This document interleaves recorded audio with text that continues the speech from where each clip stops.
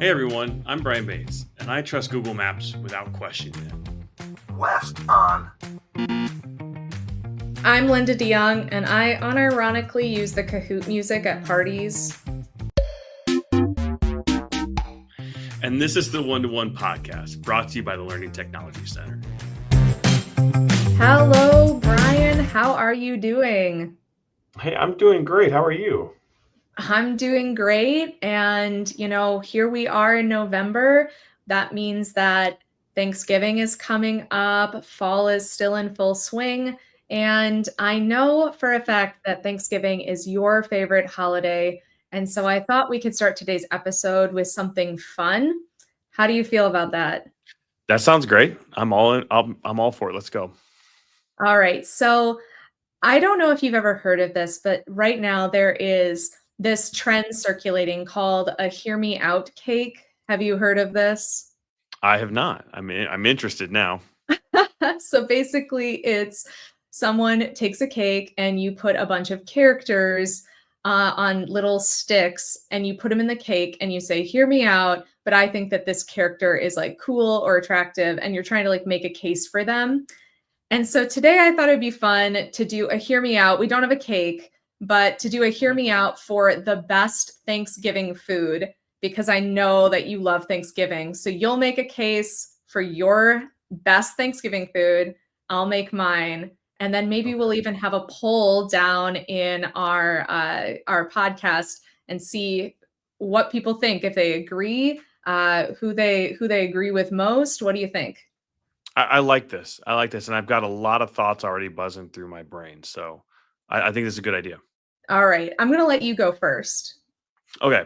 And it's the best food, right? We're not talking about because like Yes. I have some that could go on the other side. Like, and if we were going for the worst side of it, I would have to go anything that's the cranberry related.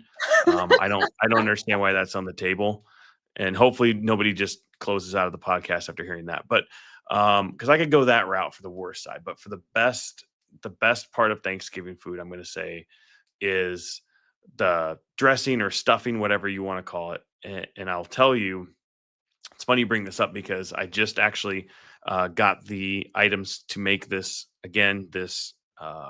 Thanksgiving, but it was about 8 or 9 years ago. My mother-in-law, I think maybe kind of as a little bit of a joke, sent me the recipe. White Castle has a recipe to make Thanksgiving stuffing or dressing, whatever you want to call it, out of White Castle burgers. Oh my Um, goodness. Sounds like it's probably gross, but it is fantastic. We've had it at every Thanksgiving. I insist on making it every Thanksgiving. It is phenomenal. You basically just chop up a bunch of the plain sliders, so just the ones that don't even have any cheese or pickles or anything on them, just plain sliders.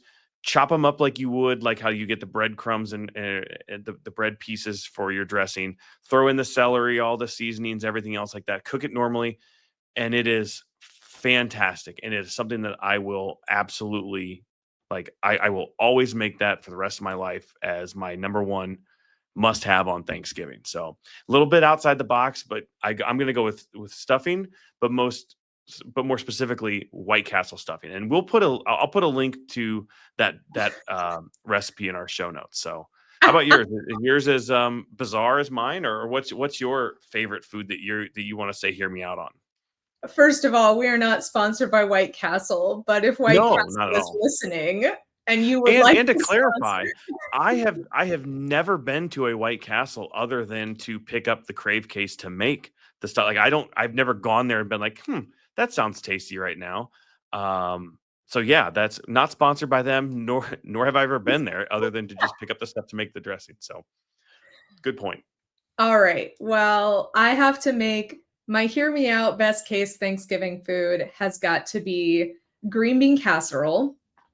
And That's good. I feel this way because it is a little bit of everything that you could want in a food. So first, it's vegetables, so it's good for Healthy. you in It's theory. instantly healthy.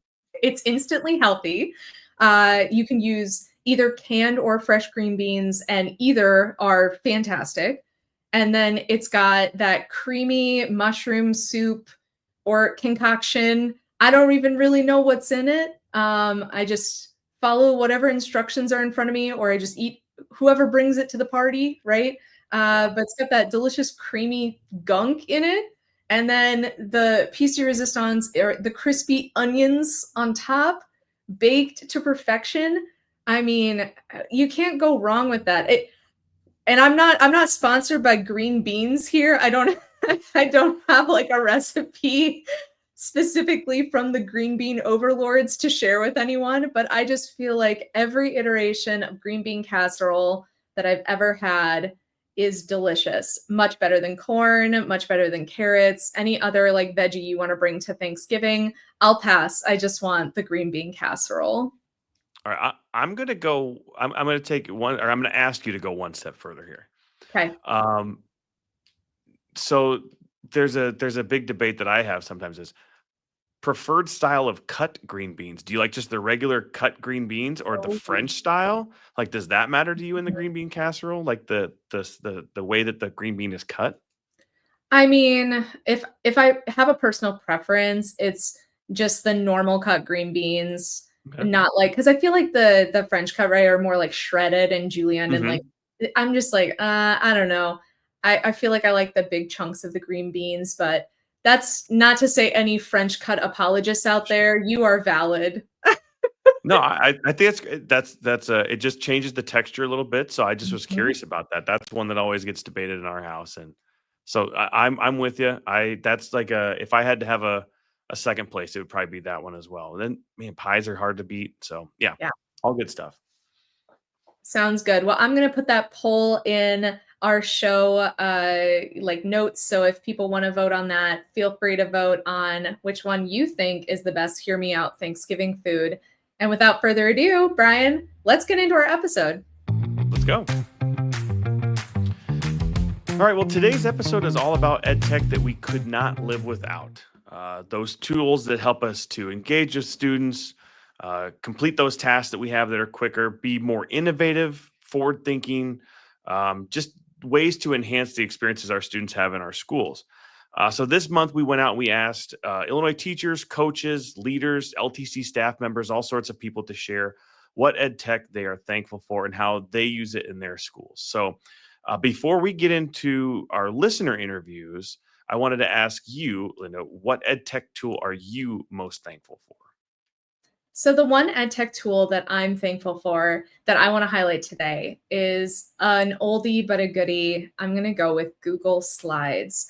And the reason for this is because I feel that it's just such a versatile tool that you can do so many creative things with and truly like it is your canvas, the world is your oyster with Google Slides. So a couple ways that I've used in the past, I used to teach a journalism class that was really hands-on with students. And I use Google Slides all the time to do different activities that were beyond just, kind of like creating a presentation or filling out what is essentially like a Google Slides worksheet. So Mhm. one of the activities that I did was I created like a fake front page of a newspaper, and I had students take pieces of content that they had on a separate doc and plug them into the front page of the newspaper to kind of talk about appropriate headlines, what belongs on a first page, what catches people's attention. And so we did like a discussion around that, and they were able to kind of create a front page. Another activity that I used to do with them is learning about inverse triangle style, which is a specific way of journalistic writing. I would chop up an article into multiple sections, put each section on a slide, and then have students rearrange those slides in the way that they thought that the article should be written based on that inverted triangle method. So they're not only like reading content, but then they're also thinking about, okay, where does this belong in the structure of the writing? And so it's a little bit more, I don't know, gamified or interactive than just simply going over the structure itself. So if you have not tried out some innovative and cool ways to use Google Slides, I would highly recommend that you do so. All right, Brian, what about you? What ed tech tool are you thankful for? I think the one tool that I use on a daily basis, and I probably have used on a daily basis for the last 10 years now at this point, is Google Sheets. Um, it's just so easy to use. I know that like my number one uh, the number one reason I like Google Sheets is because it's so much easier and to just jump into and use than Excel. Excel is great, has amazing formats, it is fantastic for doing really in-depth work with data and things like that. But I don't find myself doing, where I need to use complex formulas and things like that. I need a spreadsheet to keep myself organized, to maybe enter data and store data, sort data, that type of stuff. Um, like I work on, we just wrapped up IETC. The IETC schedule is Woo! built completely in Google Sheets, and it makes it easy for me to keep all that stuff organized. They just came out recently with a bunch of templates. So when you first open it up, there's all these awesome templates that have a lot of great design features to them. They've added more to making more ability to make your sheet polished, whether Mhm. it's drop down menus that are color coded, um, different conditional formatting that helps make your spreadsheet look really really nice right off the bat without you really having to do a whole lot of work to it. The template gallery is great, but I mean, even with using it with students, asking students to as a former math and science teacher, whenever we did anything that relied on us, storing or collecting data, open up a Google Sheet, throw the data in there, and it's so easy to manipulate and make a graph out of. Within a few seconds, you've got a graph right there that you can then embed in your Google Slide if you wanted to, or put it into a Google Doc, and it works so well. And for me, it's a great tool to help with organization and with keeping things all in one place. Um, 99% of the time, the joke is always this calls for a spreadsheet, and it really truly is honest. Like, yeah, I'm gonna create something. Let's start with a spreadsheet, and that's gonna get me going. Well, we interviewed so many people from all different places within the state of Illinois and maybe possibly without, tech directors and coaches and teachers. And I even interviewed a student who was attending one of our conferences recently. And so I would love to get into all of their most favorite ed tech tools that they're thankful for. Let's hear from the people who are out doing the good work. And yes, enjoy our episode. Hi, my name is Kristen Can. I am an instructional technology coach through the Technology Center of Illinois, LTC. This is my first year as an instructional technology coach out of South Cook County, so I'm very excited to be here and to talk about one EdTech tool that I am thankful for, and that would have to be Canva. I love Canva. I use it for so many different things. One of the things that I have recently used it for was supporting a 7th grade class in making a comic strip for a short story that they read. So they had to use their knowledge of story elements and plot structure to plan out their comic strip panels. And we were able to do that with Canva. It was very easy for the teacher to use, very easy for the students to use, especially with one of their features that I love the most is their template tab. So you can truly just type in, any type of template that you're looking for, and Canva will generate an entire, plethora for you to choose from. So I met with the teacher, and we picked a template we thought would work best for her students. And then from there, we just let them go ahead and design. And yeah, it was really fun. It was really easy for them to use, and they turned out really great. So Canva is my go-to. Love it. Hi, I'm Lisa Bergoff. I'm the Director of Instructional Technology at Highland Park High School, and my background is in special ed, and so I am always looking for tools that will help students with their learning, and tools that are really engaging and exciting. So the one ed tech tool right now that I'm especially thankful for is Brisk Boost. And you might be familiar with the Brisk Chrome extension. It's a really powerful AI tool that can be used to give students feedback. Brisk Boost is their new kind of addition, and it will create content for your students, and it will make it interactive. So for example, I had a class the other day where I wanted them to watch a video from YouTube. And so I just clicked the Brisk Boost extension, and it took my video. It helped to create learning objectives, which I could customize. And then I was able to share the lesson with my students. When they logged in, they watched the video, and then they had the ability to interact with the Brisk Boost chatbot, which asked them questions until they were able to show that they have met the 3 learning objectives that I had put into the assignment. So it made it interactive in such a way that was really safe for them to answer questions, also ask questions. And I, as the teacher, have the ability in the dashboard to see all of their interactions. So my students are getting real-time feedback, and I am able to see their learning process in real time, which is amazing. So I highly suggest you give Brisk Boost a try. Hi, everybody. My name is Ben Songrath. I'm the lead regional EdTech coordinator with the Learning Technology Center of Illinois, and I'm going to share a tool that I am thankful for. Of the many EdTech tools that I talk about, Kami is one that I have been using for probably close to the longest. And so one of the things that I'm thankful for about it is its versatility. So this tool does a lot of stuff, from being started as just simply a way to annotate PDFs to now being able to transform and use AI to create question banks and to make your documents truly interactive. So a couple of features that I think just everybody should be thankful for in this tool. One of them is the ability to transform documents into readable digital docs. So I can upload a PDF and use OCR on it to essentially turn it into something that can be read to my students using the read aloud function.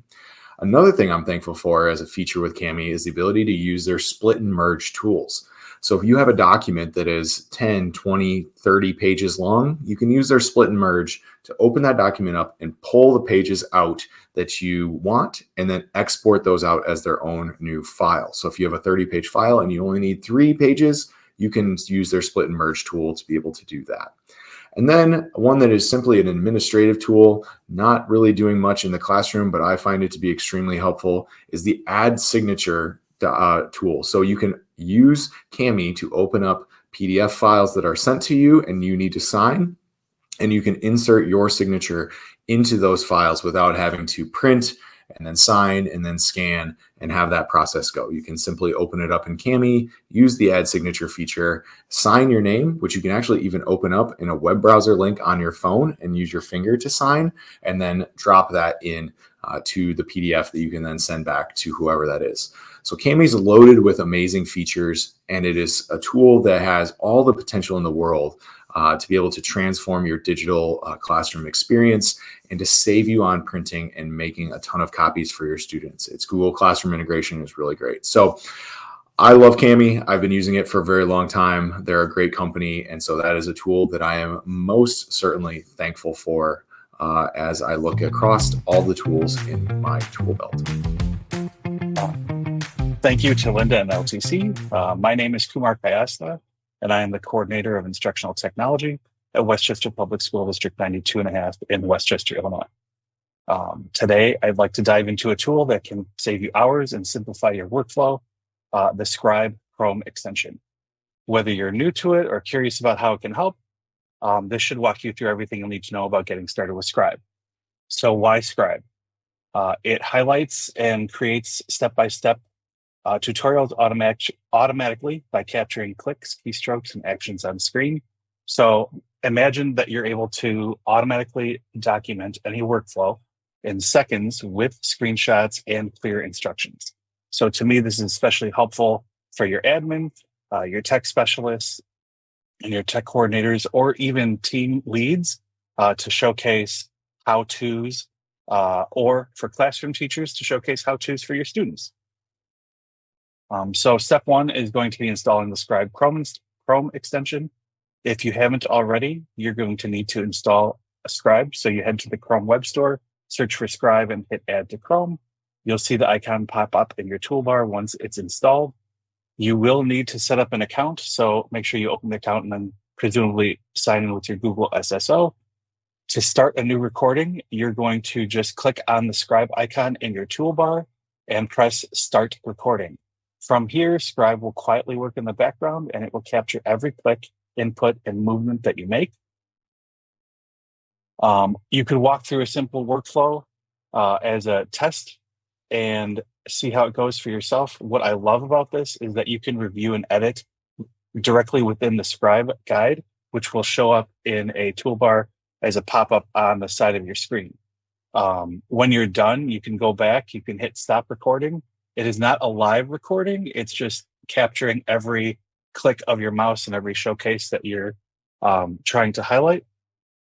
It'll say that your guide is now ready, and you'll be taken to a screen where you can capture and review everything that Scribe, you can review everything that Scribe has captured. You can, at that point, delete steps, you can add notes, or you can even rearrange your steps to improve clarity. In terms of sharing and using these Scribe guides, it allows you to copy the link, you can embed the link, or you can even download it as a PDF. To me, this makes it simple to send step-by-step instructions to anyone. And you can also make it so that you have collaborators on that same tutorial if something is very in-depth. So it's not just one person having to carry the weight of the group. I just think this is a great tool. So get creative, experiment, and see how it can fit into your workflow. Thank you. Hi, my name is Emily Poole, and I'm an instructional technology coach with the Learning Technology Center. And I get to help teachers in the central but western side of the state of Illinois. And probably one of my favorite EdTech tools that I'm really thankful for, and it bridges across all things, or a lot of things at least, is Google Slides. And let me tell you a little bit about why I like Google Slides. We think of Google Slides, it's kind of basic and it's just there all the time, but there's some really neat things and ways you might use Google Slides differently than you thought of before. One of the tools that you can use inside of Google Slides, and this is kind of a newer update, is when you're presenting in Google Slides, there's two different ways that you can work with that presentation slide a little bit more. The first one is in the bottom left when you're presenting your Google Slides and you click the three dots, you can now have a pen. Granted, Google's only going to give us about 4 colors, so your color choices are somewhat limited, but you can now write all over those slides as you're presenting. And that's something that wasn't available before.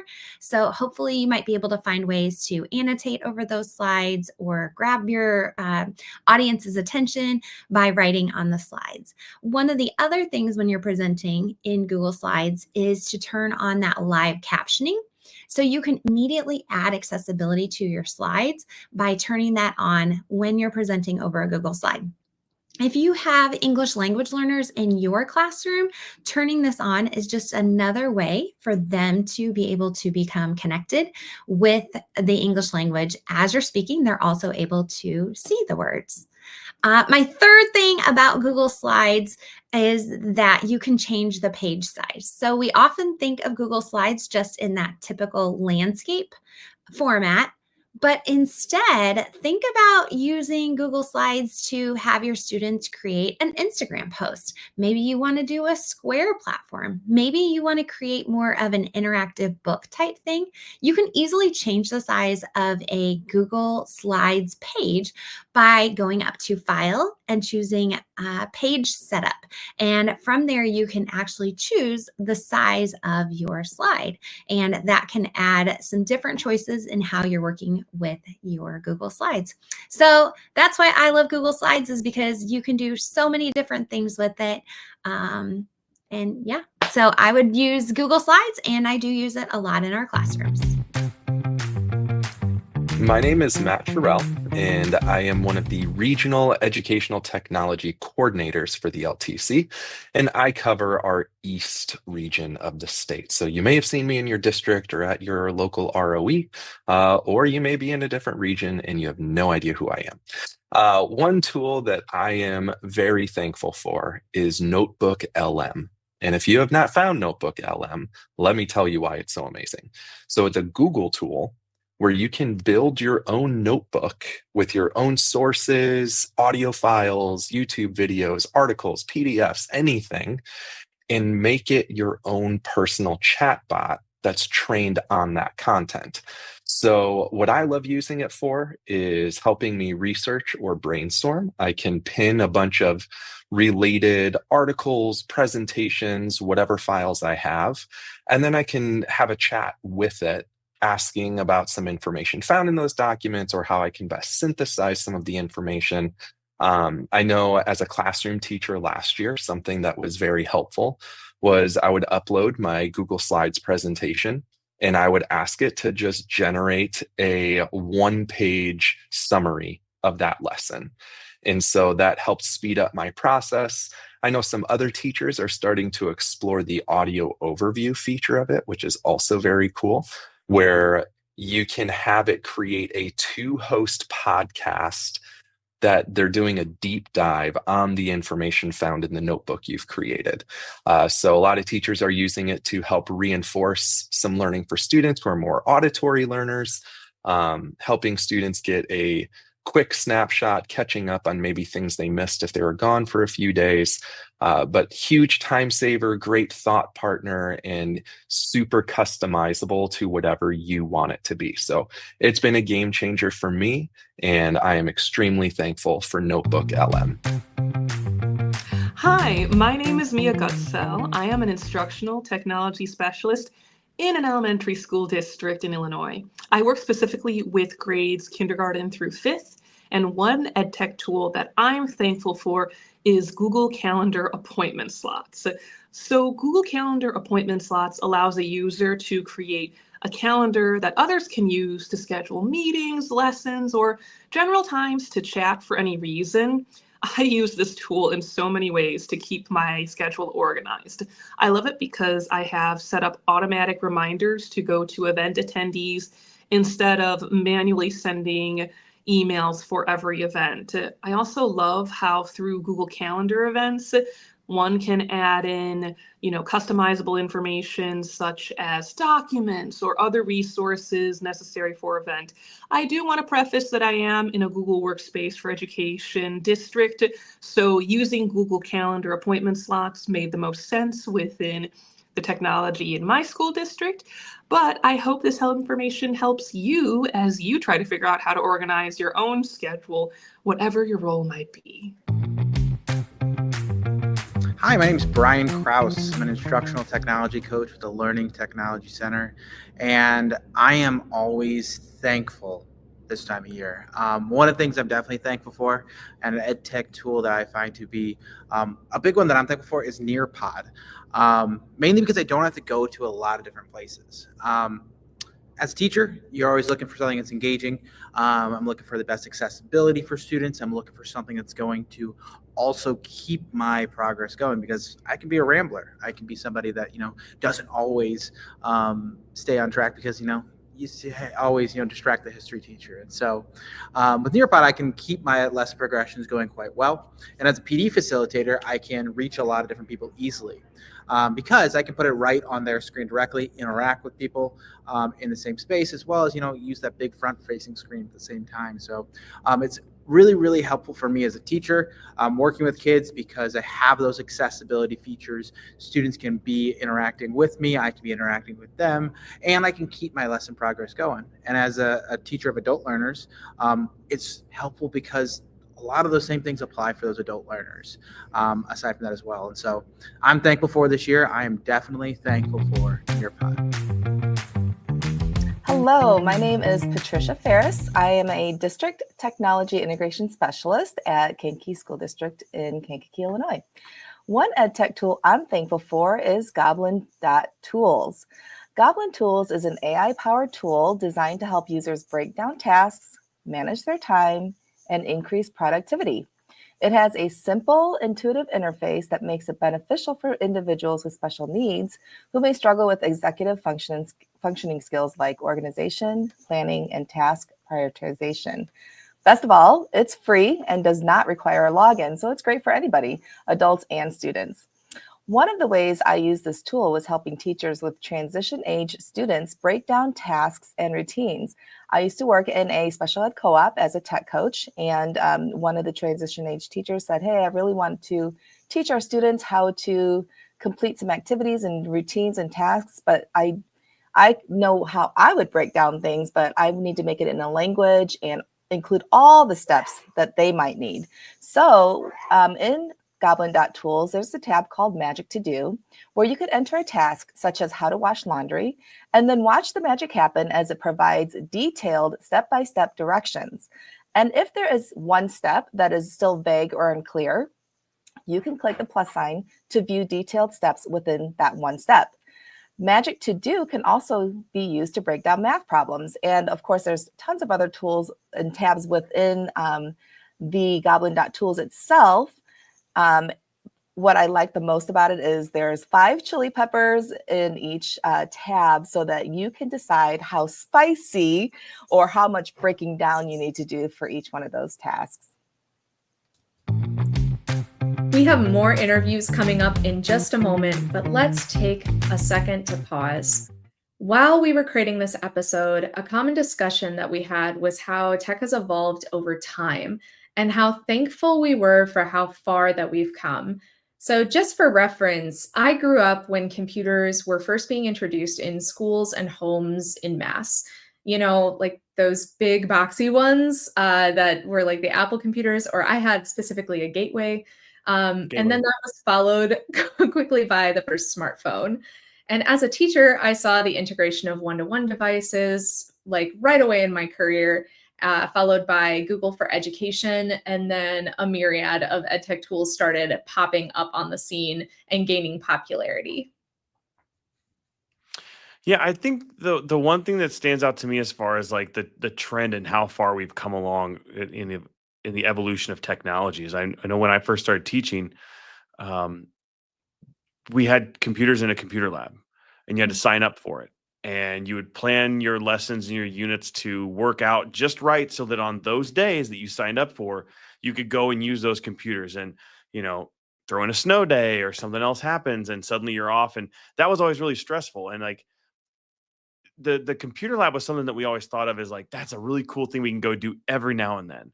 And so like technology was being used as almost like a little reward every once in a while. And then by the time I left the classroom, we were fully one-to-one. I was using Chromebooks every single day with my students, whether it was math or science.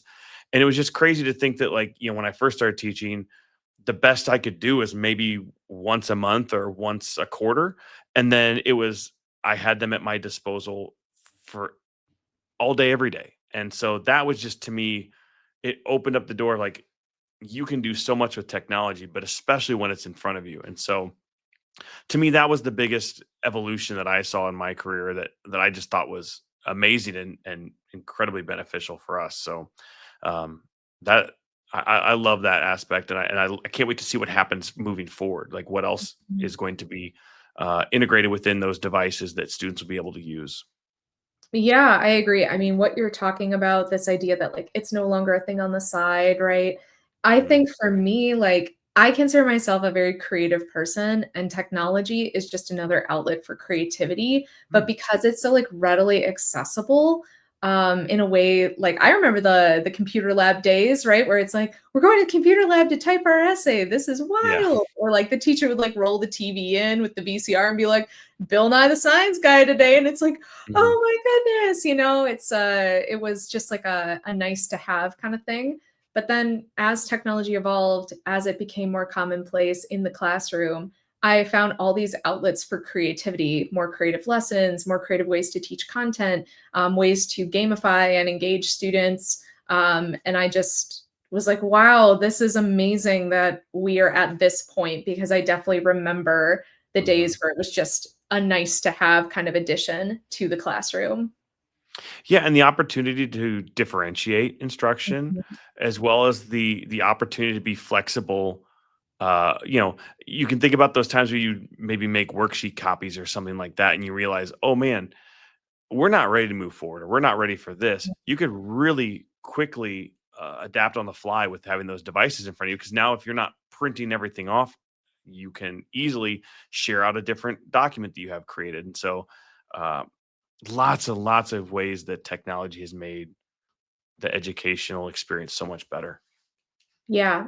And, with technology evolving, I know that myself and a lot of others also feel that it can be very fraught with like new trends, right? Things there's like a revolving door of new ed tech tools. And obviously there are a lot of ethical dilemmas when it comes to technology. I mean, we're talking about kids and students and how much tech is too much. And then with AI coming up, you know, like there's ethical dilemmas with that. And so, you know, even when technology can be fraught with these issues, why do you feel like we should still be thankful for tech evolution? I think that it's easy to look at things, not even just necessarily educational, but look at new things as new opportunities for something bad to happen. I sometimes fall into the category of like an eternal pessimist, that I always just assume the worst can happen. And that's so easy to do, and to be worried about what could happen. That's not to say you shouldn't consider it and that it shouldn't be well thought out. I appreciate the way that some schools are taking their time and really thinking through and working through what their AI policy is going to look like, how they're going to integrate AI within their instruction.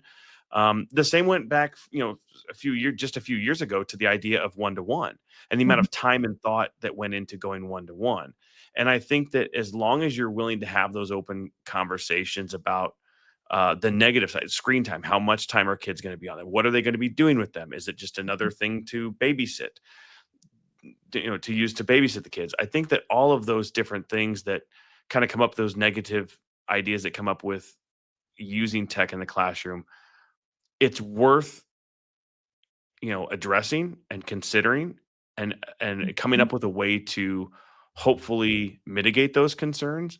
But you don't want to be in a situation where you are, uh, you know, robbing students of an awesome learning opportunity out of fear of something not going exactly the way you want it to.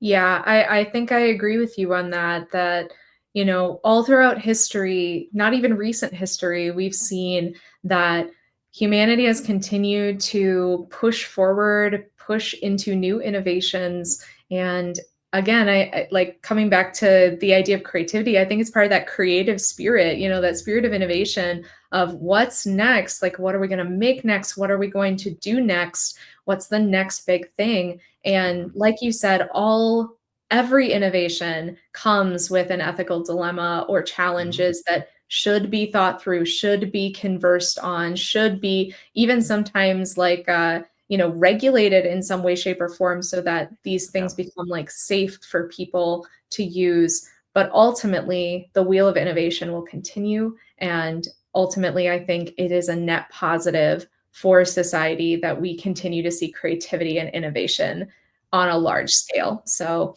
I'm thankful for the evolution of tech, because we are no longer at a point of gateway dial-up internet computer for me. Let's Oh go. yeah. Yep. I 100% agree with you on that one. I'm joining you live from IETC, the LTC's biggest conference, and we are currently hanging out with Hyperlink, the hedgehog, our mascot, and I'm excited. I'm about to get into some interviews with live participants who are attending IETC who want to share some of their favorite tools. So let's get into it. Let's sit down one-to-one. I'm loving the ABBA music. My name is Madison Bridger. I am a K-8 STEAM teacher with Signal Hill School District 181. And one EdTech tool that I am thankful for is CS First, which is coding through Google. I knew nothing about coding, and it was a great place to start for myself and my students. Very self-paced, and I love it. My name's Jill Battlementi. I'm from Carlinville CUSD 1 in Southern Illinois. I'm the instructional technology coordinator there, and I love my job. My favorite EdTech tool, the one I'm most thankful for, is Lego Education. They have so many phenomenal products, and the kids use them all the time. We have Lego robotics in pre-K through 12th grade, and we do everything from little problem solving to communication to building robots to creating things that grab, and we have a first Lego league that we're starting. I mean, there's just so many things. It's so out of the box, and kids have to use their creativity. It's just phenomenal. Hello, I'm Rochelle Wilson. I'm from Chicago, Illinois. I'm an educational consultant and a nonprofit business owner. My EdTech tool that I absolutely love is Canva. I cannot live or work without Canva. Canva is amazing. It's great for branding. It's great for just creating content for educational purposes, my YouTube channel, as well as classroom content. And it's phenomenal to use with the students. When I was an ELA teacher, I used it to create storyboards and digital videos and book trailers with my students. And that's some of which I'll be talking about in my session. But that is a tool I cannot live without. My name's Alex Valencic. I'm currently serving as the professional learning coordinator in Freeport School District number 145, home of the pretzels. And my favorite EdTech tool is the number 2 pencil. Far too often when we think about tech or technology, we think of the 21st century digital tools that we have, but really technology is anything that makes it possible for us to do something more efficiently. And the pencil is an amazing innovation in doing that because it can write, it can be erased, we can use it on just about any surface imaginable, and it is easily accessible and you never have to worry about running out of battery life. So whenever I talk about technology, I always want to go back and remind everybody that technology is not just the digital tools, which are really fun and awesome, and there's a lot of them, but it's ultimately just something that helps us accomplish a job more efficiently by doing it faster. And that's why the pencil is my favorite EdTech tool. My name is Carly Howard. I am with Shanahan School District 17. I am the instructional technology resource teacher, and one of my favorite tech tools that I love is WeVideo. I use it a lot across the district. It's a quick way for me to create instructional tutorials for teachers or students. It's a great way to share after and reflect on events that we've hosted and things that we've done within the classrooms. It's really user-friendly. The kids get in on it too, and it's a great way to just raise that digital awareness across the district. Hi, I'm Melanie Fessler. I'm from Jersey 100. I'm a digital coach there. I work with students in K through 12, and I'm very thankful for the indie robots. We have those and we use them in K1, and the students just love them and cheer. They're coding, but they don't have to have a screen in front of them, and it's just the excitement that it brings to everyone. All right. Hi, I'm John Butita. I have the privilege of being the sales manager for our CDW Education's K-12 team, supporting schools in both Indiana and Illinois. And one of the tools I'm most excited about we bring to the table and impact teachers' lives and technology folks' lives is the Google North American Collaborative, powered by Amplified for Education. This monthly collaborative program allows teachers and IT folks to come together across the continent, share best practices, learn some pitfalls, learn some things that work well, and really allow them to connect with peers they wouldn't otherwise have that opportunity to do so on such a great scale. So that's probably the tool that I'm most excited about. My name is Mason Kogel.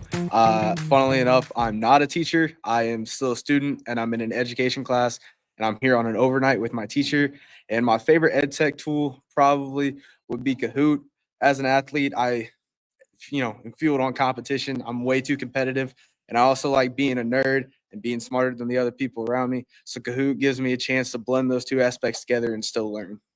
That was good. That was good. So good. That was so good. All right. And that's a wrap. We heard from several LTC coaches today who are working closely with teachers to integrate EdTech into classrooms across schools. Do you want to learn more about the LTC's coaching program? Or if you're already a coach, are you looking for strategies to balance work across multiple buildings or districts? Well, we have a webinar for that. Join us for our Coaching Across Buildings webinar in January. You can visit ltc.site/webinars to register. And if you're thankful for this episode and all the voices we heard today, consider subscribing or following us at the One-to-One Podcast. Well, Brian, enjoy Thanksgiving. We'll see you next month, where we'll be sitting down one-to-one.